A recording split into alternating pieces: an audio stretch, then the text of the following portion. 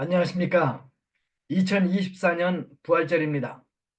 지난번 우리는 십자가에 달린 회개한 강도를 공부했습니다.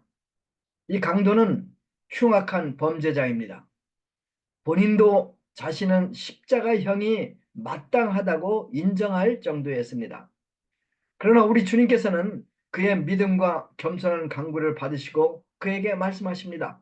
내가 진실로 내게 이르노니 오늘 내가 나와 함께 낙원에 있으리라. 질문이 생깁니다. 그러면 이 흉악한 강도가 정말 모든 죄를 사함받고 지금 낙원에 가 있을까요?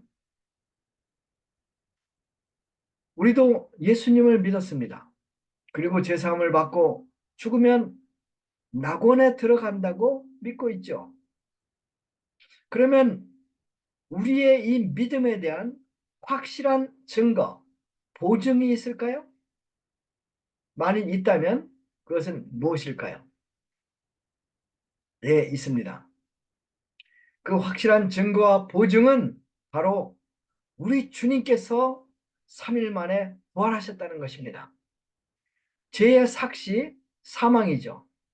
그래서 이 죄의 삭시 완전히 지불되지 않으면 부활은 없는 것입니다. 그런데 예수님의 부활은 우리의 모든 죄가 십자가에서 완전히 처리되었다는 분명한 증거죠. 회개한 강도 지금 낙원에 있습니다. 그리고 예수님을 믿는 우리도 틀림없이 죽으면 낙원으로 가게 됩니다. 그러므로 인류 역사상 가장 기쁘고 희망찬 소식, 우리 주님의 부활 소식입니다. 예수님의 부활은 사람들의 삶을 변화시킵니다. 인류 역사의 흐름을 바꾸어 놓았습니다. 오늘 본문에는 울면서 무덤으로 간 여인들이 가장 행복한 부활의 증인이 되어서 돌아오는 사건입니다. 오늘도 우리 이 여인들과 함께 주님의 무덤으로 갔다가 행복한 부활의 증인이 되어 돌아옵시다. 아멘. 세상에서 가장 슬픈 여인들. 누가복음 24장 1절에서 3절이죠. 1절 말씀 제가 읽겠습니다. 안식 후 첫날 새벽에 이 여자들이 그 준비한 향품을 가지고 무덤에 가서, 안식일 첫날 새벽이라는 표현을 주의해 보십시오. 안식일이 토요일입니다. 그래서 안식 후 첫날은 오늘날 주일이죠. 한 주가 시작되는 첫날 주일, 하루가 시작되는 첫 새벽이었습니다. 그런데 사실 이날 새벽은 사망의 폭군 시대가 끝나버리고 생명이 왕노릇하는 새 시대가 시작되는 새벽이었습니다. 이날 새벽 예수님께서 아담 이후 모든 사람 위에 군림하던 죽음을 파하고 부활하셨습니다. 주님의 부활로 말미암아 사망의 나라가 뿌리째 흔들립니다. 이제 누구든지 예수님을 믿으면 사망은 더 이상 그를 다스릴 수 없게 되었습니다.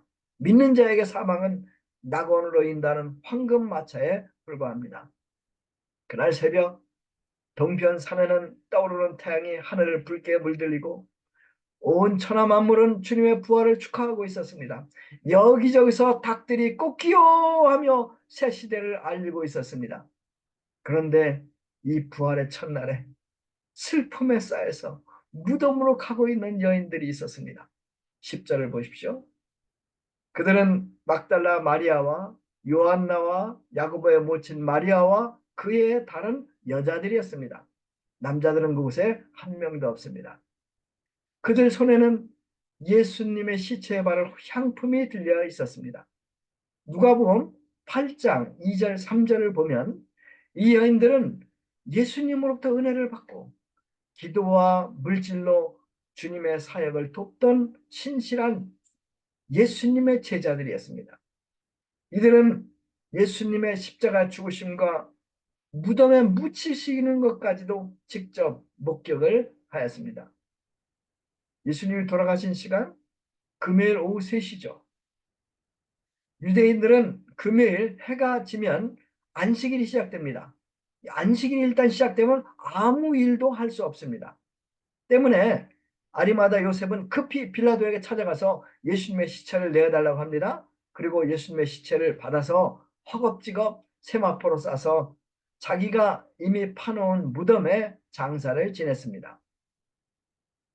여인들은 십자가에 못 박혀 신음하여 돌아가신 예수님을 생각할 때 눈물이 났습니다. 예수님을 십자가에 못 박으라고 소리치던 배은망대가 사람들을 생각하며 그들을 원망합니다. 사형 언도를 내린 빌라도 저주합니다. 더 나아가서 이 모든 일을 허락하신 하나님도 그들은 원망했을 것입니다. 차라리 사랑하는 예수님과 함께 죽었으면 하는 심정을 그 여인들은 가졌을 것입니다. 보통 슬픔이 극심하면 절망하고 아무것도 할 수 없는 것이 보통입니다. 그런데 이 여인들은 열심히 향품을 준비합니다. 그리고 이른 새벽 무덤을 향하여 그녀들은 가고 있습니다. 그녀들의 발걸음은 천근만금 무거웠을 것입니다. 그들의 마음은 더없이 슬펐고 그들의 눈에서는 눈물이 쉬지 않고 흘렀을 것입니다. 세상에서 가장 슬픈 여인들, 바로 이 여인들이었습니다. 마가복음 16장 3절을 보면 그들은 무덤을 가면서 누가 무덤을 막은 그 큰 돌을 돌려줄 것인가 하고 염려하는 것이 나와요. 당시 유대인의 무덤은 이제 바위를 파가지고 동굴을 만들고 이제 그 안에 시체를 넣고 그 동굴 입구는 큰 바위로 이렇게 막았어요. 예수님의 무덤은 더구나 대제사장들이 빌라도에게 요구해서 로마 병정들로 하여금 철통같이 지키고 있도록 했습니다. 이성적으로 생각할 때 사실 가도 소용이 없습니다. 그것을 그녀들도 너무도 잘 압니다. 그럼에도 불구하고 그녀들은 무슨 자석에 끌리듯 주님의 무덤을 향해서 지금 가고 있습니다. 자, 그러면 무엇이 이 여인들로 하여금 무덤을 향해서 발걸음을 뛰게 했을까요? 그것은 그들의 주님에 대한 뜨거운 사랑입니다. 이 여인들의 주님을 향한 사랑은 어떤 상황에서도 변함이 없었습니다. 평소 큰 소리 치던 형제님들 위기의 때에 다 주님을 버려두고 도망쳤습니다. 그러나 이 여인들의 주님에 대한 사랑은 죽음보다 강했습니다. 오히려 위기의 때 그 빛을 발휘하고 있습니다. 우리들의 주님에 대한 사랑도 이러해야 함을 압니다. 주일날 우리들의 발걸음이 우리도 모르게 저절로 예배 장소를 향하고 있어야 합니다. 2절을 보십시오. 그들이 무덤에 이르러 보니 염려했던 큰 돌이 이미 굴러져서 딴 데 가 있었습니다. 무덤을 지키던 로마 군인들 한 명도 없었습니다. 그들은 구멍이 뻥 뚫린 예수님의 무덤 안에 들어가 봅니다. 그런데 예수님의 시체가 보이지 않는 것이에요. 이로 인해 그들은 더 큰 근심을 합니다. 이제 그녀들은 누가 사랑하는 주님의 시체마저 도적질해 갔다고 생각합니다. 주님이 돌아가신 것도 슬픈데 이제는 주님의 시체마저 없어졌습니다. 그녀들의 마음은 너무도 허탈하고 너무도 슬펐습니다. 그녀들은 다시 울기 시작했을 것입니다. 여러분, 그런데 이 여인들의 모습 속에서 혹시 여러분들의 모습이 보이지는 않습니까? 주님은 이미 부활하셔 새 시대를 열었습니다. 그럼에도 불구하고 우리들의 마음에는 가끔 두려움에 또 근심, 걱정, 슬픔이 사로잡을 때가 있습니다. 모순이죠. 왜 이런 모순이 생기는 걸까요? 5절에 보면 이 여인들의 문제, 이런 신자들의 문제를 천사들이 이렇게 얘기해요. 5절 말씀 제가 읽겠습니다. 여자들이 두려워 얼굴을 땅에 대니 두 사람이 이르되 어찌하여 살아있는 자를 죽은 자 가운데서 찾느냐. 그들의 문제가 뭐예요? 살아있는 자를 어디에서? 죽은 자 가운데서 찾고 있었던 거예요. 부활의 주님은 지금 살아계세요. 그리고 누구와 함께 있어요? 죽은 자들과 함께 있는 게 아니라 산 자들, 우리와 함께 있는 것입니다. 부활의 주님은 지금 우리 가운데 있어요. 주님은 지금 여기 임재에 계십니다. 우리가 어디를 가든지 우리가 무엇을 하든지 우리 주님은 함께 하십니다. 이 부활의 주님을 죽은 자 가운데서 찾는 자들은 결코 주님을 찾을 수가 없습니다. 교회 살아계신 주님이 임재해 계시는 것입니다. 우리 몸 주님의 영으로 주님께서 당신의 영으로 거하시는 성전입니다. 주님을 어디서 찾아야 할까요? 주님은 우리 삶 속에서 찾아야 합니다. 주님은 지금 여기에 우리와 함께 계십니다. 세상에서 가장 행복한 여인들 두 번째 파트예요. 4절 말씀 보겠습니다. 여인들이 큰 심중에 다시 울고 있을 때 문득 찬란한 옷을 입은 두 사람이 곁에 섰습니다. 누가는 천사들의 찬란한 옷을 강조합니다. 왜 천사들이 찬란한 옷을 입었을까요? 우리가 보통 초상집에 갈 때는 밝은 옷을 입지 않아요. 검은 옷을 입지 않습니까? 그런데 예수님은 지금 부활하셨어요. 그래서 검은 상복이 필요 없고 밝고 환하는 빛나는 부활 예복이 필요했습니다. 천사들은 이제 이 부활 예복을 입고 나타났습니다.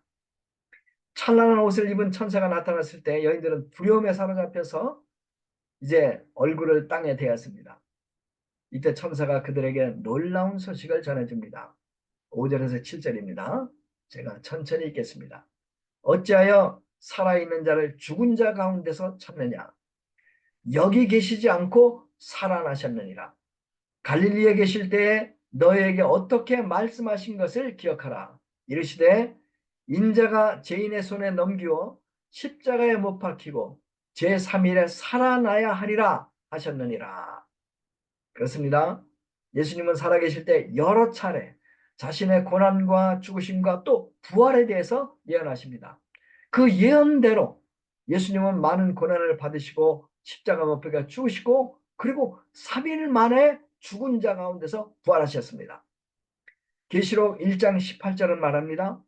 나는 처음이요 나중이니 곧 산자라. 내가 전에는 죽었노라 볼지어다 이제 세세토록 살아있어 사망과 음부의 열쇠를 가졌다. 바울은 고린도전서 15장 23절에서 이렇게 말을 합니다. 아담 안에서 모든 사람이 죽은 것 같이 예수 그리스도 안에서 모든 사람이 삶을 얻으리라. 아담 안에서 모든 사람이 죽은 것 같이 그리스도 안에서 모든 사람이 삶을 얻으리라. 아담이 하나님께 범죄하고 죄를 지음으로 아담의 후손은 우리들은 아담과 함께 죽게 되었습니다. 아담의 후손인 우리 인간은 아무리 건강식품을 먹으며 건강관리를 한다 해도 죽음으로부터 절대 도망칠 수 없습니다. 세상 사람들 살아있으나 사실 죽은 자들입니다. 죽음의 세계 안에 갇혀있는 인간은 참 기쁨과 진정한 소망을 가질 수가 없습니다. 왜 그래요? 인간은 해 아래에서 무엇을 하든지 결국 죽는다는 것 때문에 허무한 인생을 살 수밖에 없습니다. 슬프고 운명적인 인생을 살 수밖에 없는 것입니다. 그런데 예수님께서 죽음을 정복하십니다. 이제 죽음은 인생의 마침표가 아니라 쉼표가 되었습니다. 누구든지 예수님을 구주로 영접하고 예수님 안에 살면 영생을 소유한 자가 됩니다. 살아있는 자가 됩니다. 살아있는 자, 산 자는 늘 생명력이 넘치고 생각이 밝고 하나님의 산 소망이 넘칩니다. 여자들은 천사들의 부활 메시지를 듣고 평소 예수님이 하신 말씀을 기억합니다. 자, 기적이 일어나요. 그녀들이 예수님 말씀을 기억하자 이 말씀이 그녀들 안에 부활의 믿음을 창조합니다. 그녀들은 아직 예수님을 보지 못했어요. 그러나 그들은 이 말씀을 기억하자 이제 부활의 믿음을 갖게 되었습니다. 이들은 이 부활의 소식을 두려움에 떨고 있는 열한 사도들에게 알려 달려갑니다. 무덤으로 오는 걸음은 천근 만근 무거운 걸음이었는데 이제 그들의 걸음은 나르는 듯 춤추듯 했을 것입니다. 그렇습니다. 신자들은 무덤으로 가는 사람들이 아니라 예수님의 무덤으로부터 부활 소식을 듣고 세상으로 달려가는 사람들입니다. 그녀들은 제자들이 있는 곳에 가서 그들에게 부활의 주님을 증거합니다. 사도님들, 무덤이 비었습니다. 우리 주님께서 말씀하신 대로 부활하셨습니다. 할렐루야! 자, 사도들의 반응을 봅시다. 11절이에요. 사도들은 그들의 말이 허탄한 듯 들려 믿지 아니하니. 뭐라 그랬어요? 그들의 말이 허탄한 듯하여 믿지 아니하니. 사도들은 이 여인들이 너무 슬퍼한 나머지 헛것을 벗고 헛소리를 하고 있구나 이렇게 생각을 했어요. 자, 사도들의 문제가 무엇일까요? 여인들하고 비교해 볼 때 여인들은 말씀을 기억해요. 근데 제자들은 예수님의 말씀을 기억하지 못하고 있는 거예요. 그렇습니다. 믿음은 말씀을 들음에서 나옵니다. 말씀이 믿음을 창조하는 것입니다. 사도들이 여인의 말을 고려해 볼 필요도 없다고 생각했는데 베드로는 좀 달라요. 그는 뻘떡 일어나요. 그리고 무덤을 향해서 이제 달려가요. 그리고 무덤 속을 구부려서 들여다봐요. 그런데 거기에 정말 예수님의 시체를 쌌던 세마포만 놓여 있고 예수님의 시체는 없어진 거예요. 요한복음 보면 더 자세히 나오는데 요한복음에 보면 머리를 쌌던 수건과 몸을 쌌던 세마포가 이 따로따로 개어져서 놓여 있었다고 그랬어요. 여러분, 이것을 어떻게 설명할 수 있을까요? 자, 예수님의 머리를 쌌던 이 수건은 이제 따로 있고, 또 이제 몸을 쌌던 이것은 개켜져서 이렇게 있었던 거예요. 자, 이것을 어떻게 설명할 수 있겠어요? 이것은 예수님이 부활의 새 몸으로 이 쌌던 그 세마포 속에서 그냥 연기처럼 빠져나간 것이에요. 이 예수님의 부활이 아니고는 이것은 도저히 설명이 안 됩니다. 베드로도 그 된 일이 너무 기이 여기면서 고개를 갸우뚱거리면서 집으로 돌아갑니다. 근데 베드로 역시 기이하게만 여겼지 부활을 믿지 못해요. 왜? 그도 역시 주님의 말씀을 기억하지 않았기 때문입니다. 우리는 이 여인들처럼 세상에서 가장 행복한 부활의 증인들로 살기를 원합니다. 어떻게 그렇게 될 수 있을까요? 우리는 이 여인들에게서 세 가지를 배워야 합니다. 첫째는 예수님에 대한 뜨거운 사랑입니다. 그녀들은 주님이 살아계실 때도 뜨겁게 사랑했고 돌아가셔 장사된 후에도 변함없이 사랑하십니다. 그녀들의 사랑은 순수하고 뜨겁고 죽음보다 강했습니다. 우리도 주님을 그렇게 사랑해야 합니다. 두 번째, 그녀들은 주님의 말씀을 잊어버리지 아니하고 늘 마음에 간직하고 있었습니다. 천사가 주님께서 부활하셨다는 말을 듣고 주님의 말씀을 기억합니다. 그 기억된 말씀이 그들의 심령에 살아있는 부활신앙을 창조했습니다. 세 번째는 이제 부활 소식을 듣고 이제 자기들만 알고 있는 게 아니라 다른 사람에게 증거를 합니다. 우리가 살아있는 부활신앙을 가지려면 이 여인들처럼 주님을 사랑해야 되죠. 무엇보다 주님의 말씀을 듣고 그 말씀을 마음에 간직하고 있어야 합니다. 말씀을 듣는 것 중요하죠. 근데 말씀을 기억하는 것, 말씀을 되새기는 일 또한 참으로 중요합니다. 지난 금요일 이제 탈북민 중에서 목사님이 되신 분이 있는데 김성근 목사님이에요. 이분이 북한에서 역사하는 하나님을 증거하세요.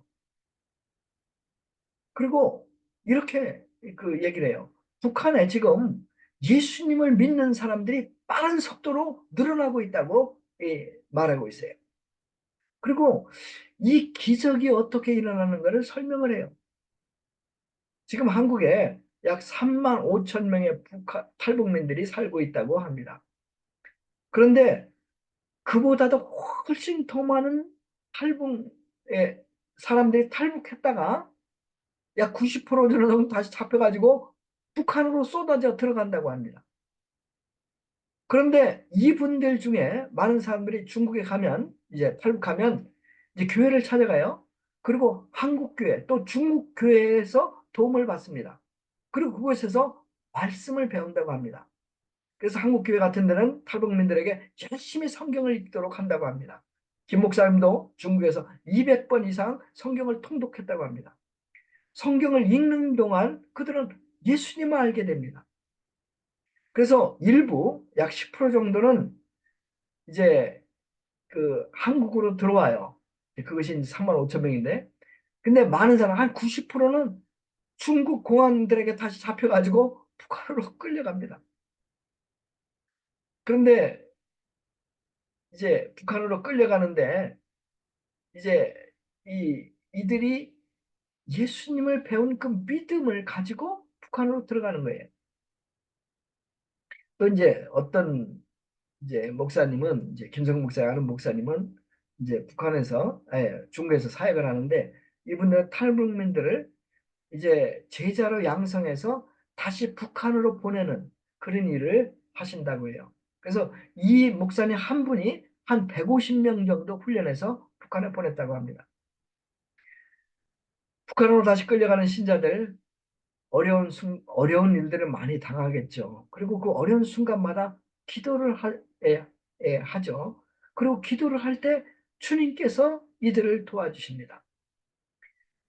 그들은 북한에 살며 이제 이웃을 위해 기도하겠죠. 그리고 그들이 체험한 살아계신 예수님을 삶 속에서 이제 비밀리 이제 전한다고 합니다. 이것을 통해서 북한에 지금 복음이 빠르게 이 퍼져 나가고 있다고 해요. 지성인들 속에서 또 군대들 속에서도 이 복음이 전파된다고 합니다. 1970년대부터 이제 김일성 우상화가 시작됐는데 신기하게도 그때부터 매해 수확량이 약 4% 내지 5% 계속 떨어졌다고 해요. 그러다 결국 1995년에는 배급제도가 완전히 붕괴됐다고 합니다. 그래서 배급제도가 붕괴되면서 김일성 우상화도 무너졌다고 합니다. 북한 백성들은 지금 영적인 진공 상태인데 이 진공 상태를 탈북했다 다시 돌아간 신자들이 복음을 증거함으로 이제 사람들이 예수님을 영접하고 또 참 하나님 여호와 하나님을 영접함으로 이 진공이 채워지고 있다고 합니다. 그분의 말입니다. 탈북민 사건은 김, 김 목사님 말이에요. 탈북민 사건은 탈북민들이 남한으로 쏟아져 들어온 것이 아니라 예수님을 체험한 탈북민들이 북한으로 쏟아져 들어간 것입니다. 새롭게 배웠어요. 근데 이 역사의 뒤에 하나님 말씀이 있었던 거죠. 이들이 북한에 이 중국에 와서 하나님 말씀을 접한 거예요. 말씀을 읽은 거예요. 말씀을 가슴에 새긴 거예요. 주일날은 말씀이 선포됩니다. 많은 사람들은 들은 말씀을 80%는 교회에 두고 그냥 집에 가버려요. 한 20%만 갖고 가는데 하루 오면 하나도 안 남아요. 일주일 후에는 설교 제목도 생각이 나지 않죠. 여러분, 주일 설교 말씀을 되새기는 것, 한 주 동안 이 말씀을 간직하며 사는 것 아주 중요합니다. 여러분들이 그렇게 한다면 이 말씀이 여러분들 마음에 믿음을 새롭게 하고 믿음을 창조하고 여러분들을 영적으로 성장하게 할 것입니다. 매일 큐티하는 것 중요합니다. 매일 성경을 읽어야 합니다. 우리가 겸손한 마음으로 하나님 말씀을 받고 이 말씀을 마음에 간직하고 되새기고 이 말씀을 증거까지 한다면 여러분들은 살아있는 믿음을 갖게 될 것입니다. 영적으로 성장하게 될 것입니다. 정말 행복한 부활의 증인들이 되실 것입니다. 기도하겠습니다. 하나님 아버지 감사합니다. 저희들에게 말씀을 통해서 예수님의 부활의 신앙을 저희들 심령 가운데 심으시는 것을 감사합니다. 주님, 저희들이 이 여인들처럼 주님의 말씀을 마음에 간직하고 주님의 말씀을 기억함으로 정말 행복한 부활의 증인들이 될 수 있도록 도와주십시오. 감사합니다. 예수님의 이름으로 기도했습니다. 아멘.